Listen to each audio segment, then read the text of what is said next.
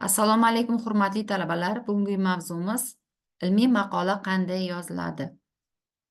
Ilmiy maqolani yozishdan oldin, demak, biz maqolaga mavzu tanlab olishimiz zarur. Xo'p, mavzu tanlash, mavzu bo'yicha bilim to'plash, ya'ni ilmiy adabiyotlar bilan tanishish, hayoliy tahlil o'tkazish, matnni modellashtirish, ilhom bilan xayolga kelganday yozish, qayta o'qib tahrir qilish. Xo'p, ilmiy maqolaning qismlariga e'tibor beramiz. Demak, ilmiy maqola sarlavha, ya'ni mavzu. Demak, ilmiy maqolaning mavzusi o'sha maqolaning qanday ekanligini ham belgilab beruvchi asosiy qism hisoblanadi. Ya'ni o'sha mavzuni o'qigan o'sha o'quvchi, demak, o'sha maqolani o'qishga qiziqishi kerak. Shuning uchun ham ilmiy maqolani mavzusi ham bitta dolzarb hisoblanadi. Ya'ni keyingisi annotatsiya, ya'ni abstrakt. Keyingi qismi esa kalit so'zlar hamda kirish, asosiy qism, adabiyotlar tahlili, tadqiqot usuli va yo'sini, tadqiqot natijalari, xulosa hamda foydalanilgan manbalar adabiyotlar ro'yxatidan iborat bo'ladi. Demak, ilmiy maqola qismlari mana shunday qismlardan iborat bo'ladi. Xo'p, maqola ustida ishlash bosqichlari. Demak, mavzuning o'sha belgilanishi. Hali aytib o'tdim, demak, maqolaning mavzusi dolzarb hisoblanadi. Mavzuning belgilanishi, reja va tezisning tuzilishi. Demak, reja, tezislar asosida maqolaning birinchi varianti ustida ishlash. Ya'ni, maqola yozishdan oldin ham o'zingizni oldingizga reja tuzib olasiz. O'sha reja asosida ishlasangiz, demak, albatta maqola ma'noli, mazmunli chiqadi. Xo'p, ishning yakunlanishi, matn tahlili, takomillashtirish, tuzatish. Demak, maqolani yakunlaganingizdan so'ng yana bir bora nima qilasiz? Tahlil qilib chiqasiz. Ya'ni uning imloviy xatolari yo'qmi, uslubiy xatolari yo'qmi va uni yanada takomillashtirasiz. Hamda o'sha xatolarini nima qilasiz? Albatta tuzatasiz. Xo'p, endi mavzu tanlash. Mavzu tanlashda nimalarga e'tibor beramiz? Demak, mavzu tanlashga ilmiy ishning barcha turlarida o'ta mas'uliyat bilan yondashish zarur. Chunki bajariladigan ishning samarali yakunlanishi ko'p jihatdan mavzuning to'g'ri tanlanganligiga bog'liq. Hali aytib o'tganimdek, demak, maqolaning mavzusi dolzarb hisoblanar ekan. Ya'ni o'sha maqolaning mavzusiga albatta e'tibor berishimiz kerak. Mavzuni ko'pincha o'qituvchi tavsiya qiladi. Ya'ni o'sha ilmiy rahbar tavsiya qiladi. Albatta bu tabiiy, chunki o'qituvchi, ayniqsa ko'p yillik ilmiy pedagogik tajribasi bor o'qituvchi o'zi ilmiy tadqiqot olib borayotgan sohaning yutuq kamchiliklarini yaxshi biladi. Shundan kelib chiqqan holda, demak, o'z shogirdiga ijobiy natija bilan yakunlanadigan mavzu tavsiya qila oladi. Demak, maqola mavzusini tanlashda albatta biz o'sha ustozimizga, ya'ni ilmiy rahbarimizga murojaat qilamiz. Xo'p, maqolaning mavzusini tanlashda mavzu turlariga e'tibor beramiz. Ya'ni nazariy mavzular asosan adabiyotlar manbalaridan foydalanib ishlab chiqiladi. Amaliy mavzular amaliyotini o'rganish, umumlashtirish va tahlil etish asosida ishlab chiqiladi. Ya'ni amaliy mavzularda, demak, o'sha tajriba sinov o'tkazgan holda, demak, o'sha tajriba sinovining xulosalarini ham, demak, o'sha maqolamiz nimasiga, matniga kiritamiz. Xo'p, aralash mavzular tadqiqotning nazariy va amaliy jihatlarini o'z ichiga oladi. Demak, aralash mavzularda ham amaliy, ham nazariy jihatlarni ko'rsatib o'tamiz. Demak, o'sha adabiyotlar asosida foydalanib nima qilamiz? Nazariy mavzuni ishlab chiqamiz va demak, amalda ham uni ko'rsatamiz. Ya'ni o'sha tajribasini o'tkazganlarimizni, xulosalarimizni, tahlillarimizni ham demak, aynan aralash mavzularda ko'rsatib o'tamiz. Xo'p,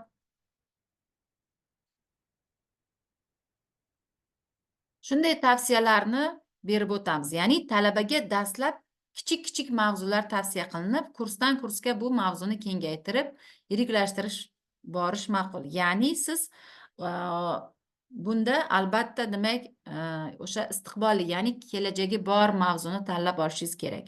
Agar mavzu kelgusida kengaytirish imkoniyatini hisobga olib tanlangan bo'lsa, demak, bitiruv ishi mavzusi magistrlik dissertatsiyasi mavzusi darajasiga ko'tariladi. Ya'ni siz o'sha bir muhim mavzuda maqola yozdingiz, keyinchalik bu sizni o'sha bitiruv malakaviy ishingiz, hattoki o'sha bitiruv malakaviy ishidan so'ng o'sha mavzu magistrlik ishi dissertatsiyasi darajasiga ham ko'tarilishi mumkin.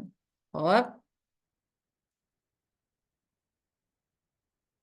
Kirishda, demak, maqolaning qismlariga yana to'xtalib o'tamiz.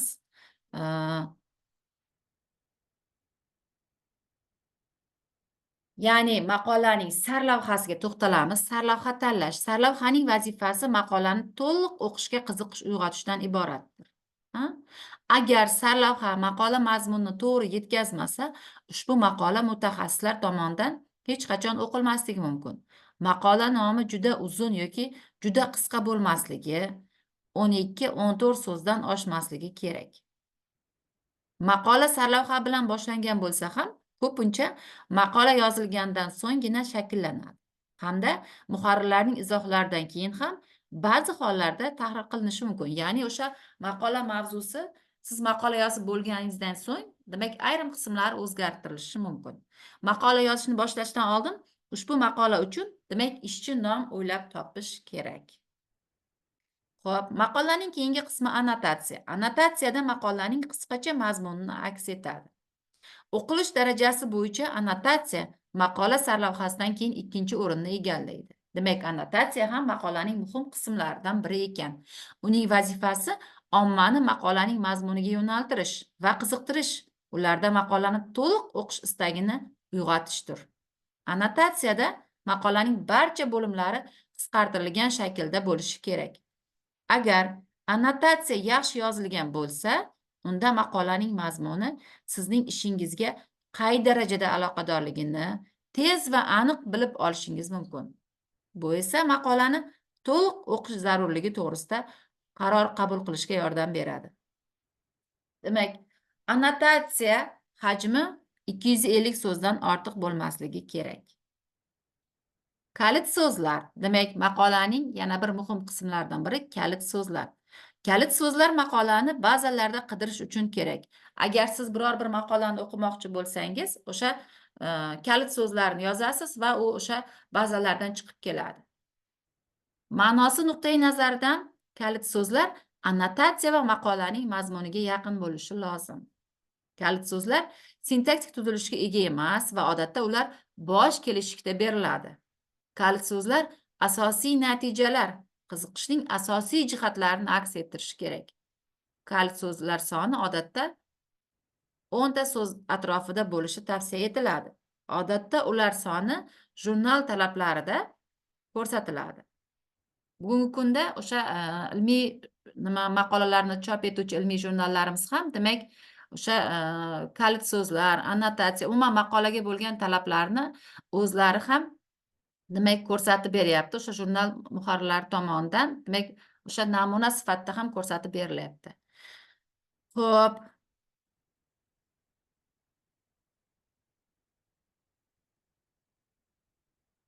Kirishda nimalarga e'tibor beramiz? Kirish bo'limida tadqiqotning zarurligi va dolzarbligi uchun asoslar keltirilishi kerak. Odatda kirish bo'limi 4 qismga bo'linadi. Demak, ilmiy kontekstni yaratish, tadqiqot bilan bog'liq adabiyotlarni o'rganish, adabiyotlarni o'rganish natijasida aniqlangan muammolar, o'rganilmagan muammolar va o'rganilmagan bo'shliqlar tavsifi, aniqlangan muammolar va bo'shliqlar asosida tadqiqotning maqsad va vazifalarini aniqlash. Xo'p. Ushbu bo'limda maqolada keltirilgan tadqiqot katta muammoning aynan qanday qismi ekani ko'rsatilishi kerak. Ilmiy muammoga doir iloji boricha ko'proq maqolalarni o'qing. Boshqa maqolalarda mualliflar ilmiy kontekstni qanday tasvirlanayotganiga e'tibor bering. Ushbu ilmiy kontekstning aniqligi yoki aniq ko'rsatilmaganligi sizning tadqiqotingiz dolzarbligini belgilaydi. Demak, o'sha maqola yozish jarayonida maqola mavzuyingizga oid boshqa maqolalarni ham ko'rib chiqishingiz kerak albatta. Ya'ni bu siz uchun juda ham foydali bo'ladi. Ya'ni o'sha boshqa mualliflar aytmagan fikrlarni, boshqa mualliflar tadqiqot qilinmagan aynan qismlarini siz o'zingizni maqolangizda albatta ifodalab berasiz. Bu ham sizni bitta katta yutug'ingiz. Bu ham albatta sizni maqolangizni dolzarbligini ifodalab beradi. Xo'p, adabiyotlar ro'yxati, ya'ni adabiyotlar bilan ishlashda nimalarga e'tibor beramiz? Demak, mutolaa g'oyat jiddiy va sermulohazali bo'lishi kerak. Ya'ni siz o'sha ilmiy maqolangiz uchun tanlagan adabiyotlaringizni o'qishda albatta nima qilasiz? Jiddiy mutolaaga kirishishingiz kerak. Ilmiy adabiyotlarni mutolaa qilishda, demak, o'qib chiqilgan matnni tahlil qilish kerak. Ya'ni siz ilmiy adabiyotlar bilan ishlaganingizni albatta yon daftaringizni olib, kerakli joylarini albatta qayd qilib borishingiz kerak. Notanish atamalar va tushunchalar ma'nosini bilib olish lozim. Demak, ahamiyatli bo'lgan savollarga javob izlash zarur. Axborotlarni markirovkalash, ya'ni albatta o'sha belgilar qo'yib borishingiz kerak.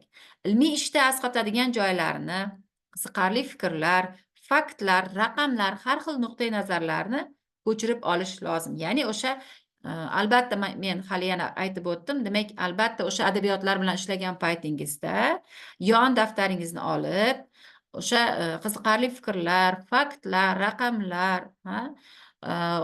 har xil nuqtai nazarlarni albatta yon daftaringizga ko'chirib olishingiz kerak.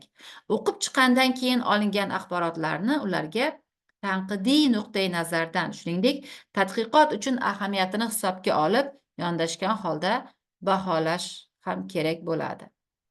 Xo'p, munozaraga kirish, tadqiqotning maqsadi va gipotezasini eslatish, asosiy topilmalarni sanab o'tish. Tadqiqot ijobiy yoki salbiy natijalarga erishishdan qat'iy nazar, boshqa tadqiqotchilarning natijalari bilan ziddiyatda yoki muvofiqlikda bo'lishidan qat'iy nazar. Natijalarni umumlashtirish, tadqiqot davomida paydo bo'lgan to'siqlar va cheklovlar haqida ma'lumot, tadqiqot natijalarini amaliyotda qo'llash uchun tavsiyalar, kelgusi tadqiqotlar uchun yo'nalish taklif qilish, boshqa mualliflar tadqiqotlarini tanqid qilish, rad etish yoki qo'llab-quvvatlash hamda bahsga kirishish. Maqolani rasmiylashtirish yuzasidan tavsiyalar. Xo'p, matn tahriridan so'ng albatta nima qilinadi? Shakl olinadi. Mahoratingizga ortiqcha ishonib yubormang. Ya'ni albatta o'sha maqolani yozib bo'lgandan so'ng siz uni tahrirlang. Har qanday matn tahrirdan o'tishi shart. Har bir muallif o'zi muharrirdir, lekin u yozgan matnni yanada kamida bitta odam ko'rib berishi kerak. Albatta bu odam sizni ustozingiz hisoblanadi. Xo'p. Gap tuzilishi. Murakkab gaplardan imkon qadar voz keching. Imkoni boricha teng bog'langan murakkab gapni ikkiga bo'ling. Agar teng bog'langan gapning ikki qismi boshqa kelishik va zamonda bo'lsa, ularni bo'lish shart. Ya'ni mazmuni farq qilsa ham. Ergash gapli qo'shma gaplar matnni tushunishni qiyinlashtiradi. Demak, sodda gaplardan ham ko'proq foydalanishimiz kerak bo'ladi maqola matnida. Xo'p, maqolada o'zi umuman matnlarda takrorlarga yo'l qo'ymasligimiz kerak. Ya'ni takrorlar bu o'sha maqola matnida g'alatiliklar keltirib chiqaradi. Demak, takrorga yo'l qo'ymang. Bitta gapda imkon qadar bitta o'zakni bir marta ishlating. Ba'zi gaplar mustasno. Taftologiya faqat gap emas, abzas ichida ham bo'lishi mumkin. Yonma-yon ishlatilgan gaplarda ham imkon qadar bir so'zni takrorlamang. Takrorlash zarur bo'lsa, sinonim va olmoshlardan foydalaning. Unifikatsiya, taftologiya emas. Matnning bir yerida Aleksandr Makedonskiy, boshqa joyida Iskandar Maquniy deb albatta yozmang. Xo'p. Xulosalaymiz. Xulosa shuki, ya'ni o'sha Shavkat Rahmatullayevni fikrlari bilan xulosalaymiz. Bajarilgan ishning ilmiylik darajasi sahifalarning miqdoriga qarab emas, mazmuniga qarab belgilanadi. Ba'zan 100 sahifadan iborat asarni o'qib, birorta yangi fikr topmaslik, aksincha 1-2 sahifadan iborat maqolada yangi fikr aytilganining guvohi bo'lish mumkin. Demak, birinchi galda albatta mazmun uchun kurashish kerak.